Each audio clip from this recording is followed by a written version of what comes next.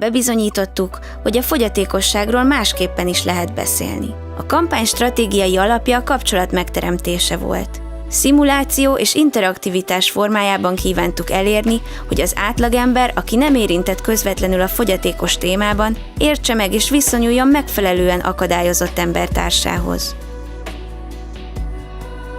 A rendelkezésre álló 4 hónap alatt minél több embert akartunk a kampány központi elemeként és tudáselosztó központjaként működő weboldalra terelni sajtó, internet és tévékampányokon keresztül, kiegészítve híranyagokkal, nyilvános előadásokkal, beszédekkel és folyamatos social média jelenléttel. Az első hullámban felhívtuk a figyelmet a problémára. Ezért 3 nagyon híres és széles körben elfogadott személyiséget kértünk fel szereplőnek, de nagyon másképp, mint ahogyan azt eddig a TCR közegben megszokhattuk. A nézők először nem érthették, mi történik. Bárdos Andrást baleset érte? Görög Zita elveszítette a hallását? A Quimbis Kis Tibi megvakult? Ez valóban megtörtént velük? Szerencsére nem, de így plastikusan meg tudtuk mutatni, hogy fogyatékossággal is ugyanolyan jól el tudnák végezni azt a munkát, amiért felnézünk rájuk. Ezzel meg is ágyaztunk a második hullámnak, ahol már bemutattuk fogyatékos főszereplőinket és az ő szemszögükből a világot.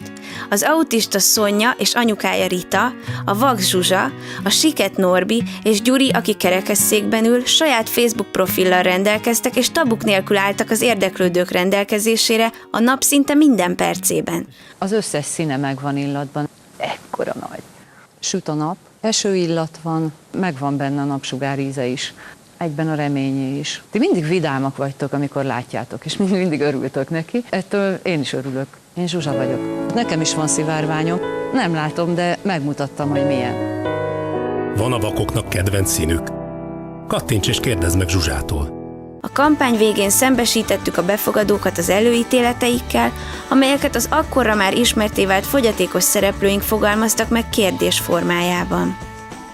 Civil összefogással és minimális pénz felhasználásával, állami segítség nélkül sikerült platformot teremtenünk a fogyatékos integráció témájának, ezáltal a befogadók azon túl, hogy beszéltek a kérdésről, konkrétan tehettek és tettek is azért, hogy közelebb kerüljenek. Az év honlapja különdíjas szájtunk felületén több százan ajánlották fel pénzüket és szabadidejüket fogyatékos szervezeteknek, ennek segítségével a szemléletformáláson túl valódi konverziókat érhettünk el.